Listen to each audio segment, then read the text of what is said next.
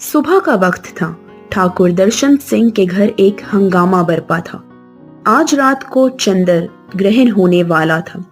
ठाकुर साहब अपनी बूढ़ी ठकुराइन के साथ गंगा जी जाते थे, इसलिए सारा घर इनकी पुरशोर तैयारी में मसरूफ था। एक बहू इनका फटा हुआ कुर्ता टांग रही थी, दूसरी बहू इनकी पगड़ी के लिए सोचती थी कि क्यों कर इसकी मुरम्मत करूं। दोनों लड़कियां नाश्ता तैयार करने में महव थी, जो ज्यादा दिलचस्प काम था, और बच्चों ने पानी आदत के मुआफिक एक कोहराम मचा रखा था, क्योंकि हर एक आने जाने के मौका पर इनका जोश गरियाए उमंग पर होता था। जाने के वक्त साथ जाने के लिए रोते, आने के वक्त इसलिए रोते कि शरीनी की तकसीम खातिर ख्वाह नहीं हुई। बूढ़ी ठकुराइन बच्चों को फुसलाती थी और बीच बीच में अपनी बहुओं को समझाती थी, देखो खबरदार, जब तक आगरा ना हो जाए घर से बाहर ना निकलना। हंसिया छुरी कुल्हाड़ी हाथ से मत छूना, समझाई देती हूँ, मानना चाहे ना मानना, तुम्हें मेरी बात की कौन परवाह है। मुंह में पानी की बूंद ना पड़े। नारायण के घर विपत पड़ी है, जो साधु भिखारी दरवाजा पर आ जाए, इसे फेरना मत। बहुओं ने सुना और नहीं सुना। वो मना रही थी कि किसी तरह यहाँ से टले। फागुन का महीना है, गाने को तरस गए, आज खूब गाना बजाना होगा। ठाकुर साहब थे तो बूढ़े, लेकिन ज़ैफ का असर दिल तक नहीं पहुंचा था। उन्हें इस बात का घमंड था कि कोई गहन बगैर गंगा स्नान के नहीं छोटा। इनकी इल्मी काबिलियत हैरत अंगेज थी। सिर्फ पत्थरों को देखकर महीनों पहले सूरज ग्रहण और दूसरी तकरीबों के दिन बता देते थे। इसलिए गांव वालों की निगाह में इनकी इज्जत अगर पंडितों से ज्यादा ना थी तो कम भी ना थी। जवानी में कुछ दिनों फौजी मलामत भी की थी। इसकी गर्मी अब तक बाकी थी। मजाल ना थी कि कोई इनकी तरफ तीखी आंख से देख सके। एक मस्कूरी चपरासी को ऐसी अमली तंबी की थी जिसकी नजीर करबो जवार से 10-5 गांव में भी नहीं मिल सकती। हिम्मत और हौसला के कामों में अब भी पेश कदमी कर जाते थे। किसी काम को मुश्किल बना देना इनकी हिम्मत को तहरीक देता था। जहां सबकी जुबानें बंद हो जाती, वहां वो शेरों की तरह गरजते थे। जब कभी गांव में दरोगा जी तशरीफ लाते तो ठाकुर साहब ही दिल का गुर्दा था कि इनसे आंखें मिलाकर दो बदो बात कर सके। आलमाना मुबाहिसा के मैदान में भी इनके कारनामे कुछ कम ना थे। झगड़ालू पंडित हमेशा इनसे मुंह छुपाया करते थे। गर्ज ठाकुर साहब की जबली रौनक और इत्मीनान ओ नफ्स इन्हें हर बारात में दुल्हा बनने पर मजबूर कर देती थी। हाँ, कमजोर ही इतनी थी कि अपनी आल्हा भी आप ही गा लेते और मजे ले लेकर, क्योंकि तसनीफ को मुसन्निफ ही खूब बयान करता है। जब दोपहर होते होते ठाकुर और ठकुराइन गांव से चले तो सैकड़ों आदमी इनके साथ थे और पुख्ता सड़क पर पहुंचे तो यात्रियों का ऐसा तांता लगा हुआ था गोया कोई बाजार है। ऐसे ऐसे बूढ़े लाठियां टेकते या डोलियों पर सवार चले जाते थे जिन्हें तकलीफ देने की मुल्क अलमौत ने भी कोई जरूरत ना समझी थी। अंधे दूसरों की लकड़ी के सहारे कदम बढ़ाए आते थे। बाज आदमियों ने अपनी बूढ़ी माताओं को पीठ पर लादा था। किसी के सर पर कपड़ों का बक्चा, किसी के कंधे पर लोटा, डोर किसी के कंधे पर, और कितने ही आदमियों ने पैरों पर चिथड़े लपेट लिए थे। जूते कहाँ से लाएं? मगर मजहबी जोश की ये बरकत थी कि मन किसी का मैला ना था। सबके चेहरे शगुफ्ता, हंसते बातें करते सरगर्म रफ्तार से कुछ औरतें गा रही थी। चांद सूरज दोनों के मालिक, एक दना उन्हों पर बनती, हम जानी हम पर ही बनती। ऐसा मालूम होता था कि यह आदमियों की एक नदी थी जो सैकड़ों छोटे छोटे नालों और धारों को लेती हुई समंदर से मिलने के लिए जा रही थी।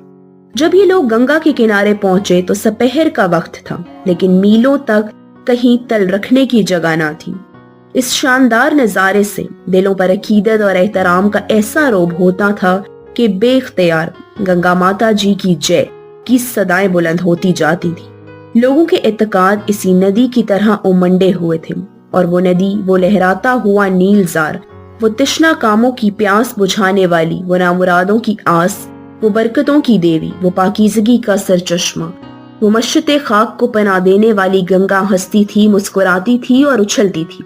क्या इसलिए कि आज वो अपनी आम इज्जत पर फूली ना समाती थी, या इसलिए कि वो उछल उछल कर अपने प्रेमियों से गले मिलना चाहती थी, जो इसके दर्शनों के लिए मंजिलें तय कर आए थे, और इसके लिबास की तारीफ किस जुबान से हो जिस पर आफताब ने दरख्शां तारे टांके थे और जिसके किनारों को इसकी किरणों ने रंग बिरंग खुशनुमा और मुतहर्रिक फूलों से सजाया था। अभी गहन लगने में घंटों की देर थी। लोग इधर उधर टहल रहे थे। कई मदारियों के शुबदे थे, कहीं चौरन वालों की शेवा बयानियों के मौज से। कुछ लोग मेंढों की कश्ती देखने के लिए जमा थे। ठाकुर साहब भी अपने चंद मुतकिदों के साथ सैर को निकले। इनकी अलोहिमदी ने गवारा न किया कि इन आलमाना दिलचस्पियों में शरीक हों। यकायक उन्हें एक वसी शामियाना तना हुआ नजर आया, जहां ज्यादातर तालीम याफ्ता आदमियों का मजमा था। ठाकुर साहब ने अपने साथियों को एक किनारे खड़ा कर दिया और खुद एक मगरूराना अंदाज से ताकते हुए फर्श पर जा बैठे, क्योंकि उन्हें यकीन था यहाँ पर इन दहकानियों की निगाह रश्क पड़ेगी और मुमकिन हो ऐसे नुक्ते भी मालूम हो जाएं जो मुतकद्दीन को हमादानी का यकीन दिलाने में काम दे सकें। ये खराकी जलसा था। 2-2.5 हजार आदमी बैठे हुए एक शीरे बया मुकर्रर की तकरीर सुन रहे थे। फैशनेबल लोग ज्यादातर अगली सफों में जलवा अफरोज थे, जिन्हें सरगोशियों का इससे बेहतर मौका नहीं मिल सकता था। कितने ही खुशपोश हजरात इसके लिए मकदरे नजर आते थे कि इनकी बगल में कमतर दर्जा के लोग बैठे हुए थे। तकरीर बज़ाहिर दिलचस्प थी, वजन ज्यादा था और चटखारे कम, इसलिए तालियां नहीं बजी थी। हजरत वाज ने दौरान तकरीर में फरमाया, मेरे प्यारे दोस्तों, ये हमारा और आपका फर्ज है। इससे हम ज्यादा नतीजा खेज और कौम के लिए ज्यादा मुबारक कोई फर्ज नहीं। हम मानते हैं कि इनके आदात और अखलाक की हालत निहायत अफसोसनाक है, मगर यकीन मानिए ये सब हमारी करनी है। इनकी इस शर्मनाक तमदनी हालत का जिम्मेदार हमारे सिवा और कौन हो सकता है? अब इसके सिवा इसका और कोई इलाज नहीं है कि हम इन नफरत और हकारत को जो इनकी तरफ से हमारे दिलों में बैठी हुई है धोएं और खूब मिलकर धोएं। ये आसान काम नहीं है। जो स्याही कई हजार बरसों से जमी हुई है वो आसानी से नहीं मिट सकती। जिन लोगों के साए से हम परहेज करते हैं, जिन्हें हमने हैवानों से भी जलील समझ रखा है, इनसे गले मिलने में हमको एसार, हिम्मत और बेनफसी से काम लेना पड़ेगा। इस एसार से जो कृष्ण में था, इस हिम्मत से जो राम में थी, इस बेनफसी से जो चेतन और गोविंद में थी। मैं ये नहीं कहता कि आप ही इनसे शादी के रिश्ते जोड़ें या इनके नवाला और प्याला शरीक हो, मगर क्या ये भी मुमकिन नहीं कि आप इनके साथ अदम हमदर्दी, आम इंसानियत, आम इखलाक से पेश आए? क्या ये वाकई गैर मुमकिन अमर है? आपने कभी ईसाई मिश्दियों को देखा है? जब मैं एक आला दर्जा की हसीन नाजुक अंदाम सीन तन लेडी को अपनी गोद में एक सियाफाम बच्चा लिए हुए देखता हूँ, जिसके बदन पर फोड़े हैं, खून है और गलाजत है, वो नाज़मीन इस बच्चे को चूमती है, प्यार करती है, छाती से लगाती है, तो मेरा जी चाहता है कि इस देवी के कदमों पर सर रख दूं। अपना नीचापन, अपनी फरोमाइगी, अपनी झूठी बड़ाई, अपनी तंग नजरी मुझे कभी इतनी सफाई से नजर नहीं आती। इन देवियों के लिए जिंदगी में क्या क्या नेमतें नहीं थी। खुशियां आगोश खोले हुए इनकी मुंतजर खड़ी थी। इनके लिए दौलत की तन आसानियां थी, मोहब्बत की पुर लुत्फ दिल आवेजियां थी, अपने बेगानों और अजीजों की हमदर्दियां थी और अपने प्यारे वतन की कशिश थी। लेकिन इन देवियों ने इन तमाम नेमतों, इन तमाम दीनवी बरकतों को सच्ची बेगर्ज खिदमत पर कुर्बान कर दिया है। वो ये मलकूती कुर्बानियां कर सकती हैं, क्या हम इतना भी नहीं कर सकते कि अपने अछूत भाइयों से हमदर्दी का सलूक कर सकें? क्या हम वाकई ऐसे पस्त हिम्मत, ऐसे बोदे, ऐसे बेरहम हैं? इसे खूब समझ लीजिए कि आप इनके साथ कोई रियायत, कोई मेहरबानी नहीं कर रहे हैं। ये इन पर कोई एहसान नहीं है, ये आप ही के लिए जिंदगी और मौत का सवाल है। इसलिए मेरे भाइयों और दोस्तों, आइए इस मौका पर शाम के वक्त पवित्र गंगा नदी के किनारे काशी के पवित्र स्थान में हम मजबूत दिल से अहद करें कि आज से हम अछूतों के साथ बिरादराना सलूक करेंगे, इनकी तकरीबों में शरीक होंगे और अपनी तकरीबों में इन्हें बुलाएंगे, इनसे गले मिलेंगे और इन्हें अपने गले लगाएंगे, इनकी खुशियों में खुश और इनके दर्दों में दर्दमंद होंगे। और चाहे कुछ ही क्यों ना हो जाए, चाहे ताना और तज़हीक और तहकीर का सामना ही क्यों ना करना पड़े, हम इस अहद पर कायम रहेंगे। आप में सदा पुरजोश नौजवान हैं जो बात के देहनी और इरादे के मजबूत हैं। कौन ये अहद करता है, कौन अपनी अखलाकी दलेरी का सबूत देता है? वो अपनी जगह पर खड़ा हो जाए और ललकार कर कहे, کہ میں یہ پرکھتا کرتا ہوں اور مرتے دم تک اسی پر قائم اور ثابت قدم رہوں گا۔ آفتاب گنگا کی گود میں جا بیٹھا تھا اور ماں محبت اور غرور سے متوالی جوش سے امنڈی ہوئی رنگ میں کثیر کو شرماتی اور چمک میں سونے کو لجاتی تھی۔ چاروں طرف ایک روب افزا خاموشی چھائی تھی۔ سناٹے میں سنیاسی کی گرمی اور حرارت سے بھری باتیں گنگا کی لہروں اور آسمان سے سر ٹکرانے والے مندروں میں سما گئیں۔ گنگا ایک متعین اور ماردانہ مایوسی کے ساتھ ہنسی اور دیوتاؤں نے افسوس سے سر جھکا لیا مگر منہ سے کچھ نہ بولے۔ سنیاسی کی صدائیں بلند فضا میں جا کر غائب ہو گئیں مگر مجمع میں کسی شخص کے دل تک نہ پہنچی۔ وہاں قومی فدائیوں کی کمی نہ تھی۔ اسٹیجوں پر قومی تماشے کھیلنے والے کالجوں کے ہونہار نوجوان، قوم کے نام پر مٹنے والے اخبار نویس، قومی جماعتوں کے ممبر، سیکریٹری اور پریزیڈنٹ، رام اور کرشن کے سامنے سر جھکانے والے سیٹھ اور ساہوکار، قومی کالجوں کے اعلیٰ حوصلہ پروفیسر اور اخباروں میں قومی ترقیوں کی خبریں پڑھ کر خوش ہونے والے دفتروں کے کارکن ہزاروں کی تعداد میں موجود تھے۔ آنکھوں پر سنہری اینکیں لگائے فربا اندام کے کارکن وضع وکیلوں کی ایک فوج آراستہ تھی مگر سنیاسی کی اس آتشی تقریر پر ایک دل بھی نہ پگھلا، کیونکہ وہ پتھر کے دل تھے جن میں درد و گداز نہ تھا، جن میں خواہش تھی مگر عمل نہ تھا، جن میں بچوں کی سی خواہش تھی مگر مردوں کا ارادہ نہ تھا۔ ساری مجلس پر سکوت کا عالم طاری تھا۔ ہر شخص سر جھکائے فکر میں ڈوبا نظر آتا تھا۔ ندامت کسی کو سر اٹھانے نہ دیتی تھی اور آنکھیں خفت سے زمین میں گڑی ہوئی تھی۔ یہ وہی سر ہیں جو قومی چرچوں پر اچھل پڑتے تھے، یہ وہی آنکھیں ہیں جو کسی وقت قومی غرور کی سرخی سے لبریز ہو جاتی تھیں مگر قول اور فعل میں آغاز اور انجام کا فرق ہے۔ ایک فرد کو بھی کھڑے ہونے کی جرت نہ ہوئی۔ مگراس کی طرح چلنے والی زبانیں بھی ایسی عظیم الشان ذمہ داری کے خوف سے بند ہو گئی۔ ٹھاکر درشن سنگھ اپنی جگہ پر بیٹھے ہوئے اس نظارہ کو بہت غور اور دلچسپی سے دیکھ رہے تھے۔ وہ اپنے مذہبی عقائد میں چاہے راسخ ہوں یا نہ ہوں لیکن تمدنی معاملات میں وہ کبھی پیش قدمی کے خطاوار نہیں ہوئے تھے۔ اس پیچیدہ اور وحشتناک راستے میں انہیں اپنی عقل و تمیز اور ادراک پر بھی بھروسہ نہیں ہوتا تھا۔ یہاں منطلق اور استدلال کو بھی ان سے ہار ماننی پڑتی تھی۔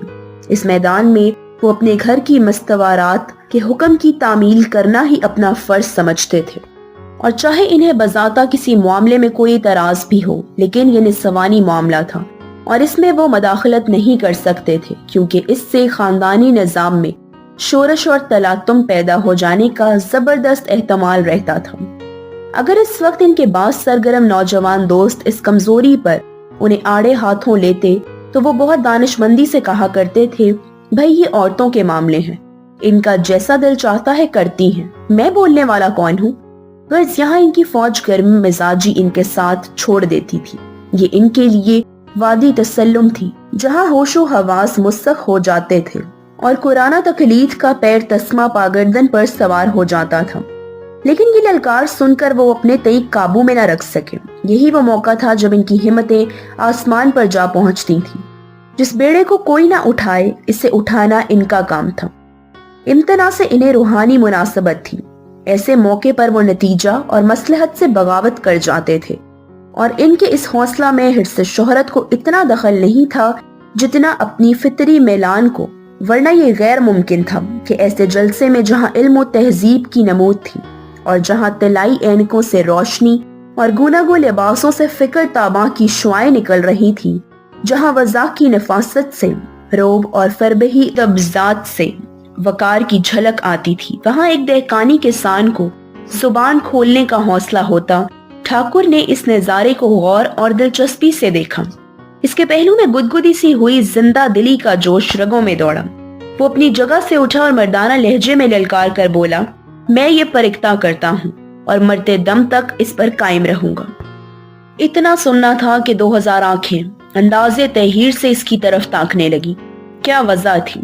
گاڑے کی ڈھیلی مرزائی، گھٹنوں تک چڑھی ہوئی دھوتی، سر پر ایک گرام بار الجھا ہوا صافہ، کندھے پر چنوٹی اور تمباکو کا وزنی بٹوا، مگر بشرے سے متانت اور استقلال نمایاں تھا۔ غرور آنکھوں کے تنگ ظرف سے باہر نکلا پڑا تھا۔ اس کے دل میں اب اس شاندار مجمع کی عزت باقی نہ رہی تھی۔ وہ اپنے پرانے وقتوں کا آدمی تھا جو اگر پتھر کو پوچھتا تھا تو اسی پتھر سے ڈرتا بھی تھا، جس کے لیے آکاشوی برت محض حفظ صحت کی ایک تدبیر اور گنگا محض صحت بخش پانی کا ذخیرہ نہ تھی۔ اس کے عقیدے میں بیزار مغزی نہ ہو لیکن شکوک نہیں تھے، غرض اس کا اخلاق پابند عمل تھا اور اس کی بنیاد کچھ تقلید اور معاوضے پر تھی، پر جو نور عرفاں کے بعد تہذیب نفس کی سب سے بڑی طاقت ہے۔ گیروے بانے کی عزت و احترام کرنا اس کے مذہب اور ایمان کا ایک جزو تھا۔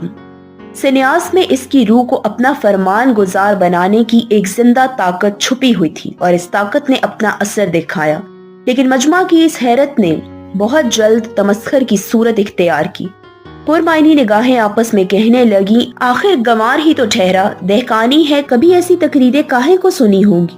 بس ابل پڑا اور اتھلے گڈھے میں اتنا پانی بھی نہ سما سکا۔ کون نہیں جانتا کہ ایسی تقریروں کا منشا تفریح ہوتا ہے۔ 10 آدمی آئے، اکٹھے بیٹھے، کچھ سنا، کچھ گپ شپ ماری اور اپنے اپنے گھر لوٹے، نہ یہ کہ قول و اقرار کرنے بیٹھے، عمل کرنے کے لیے قسمیں کھائیں۔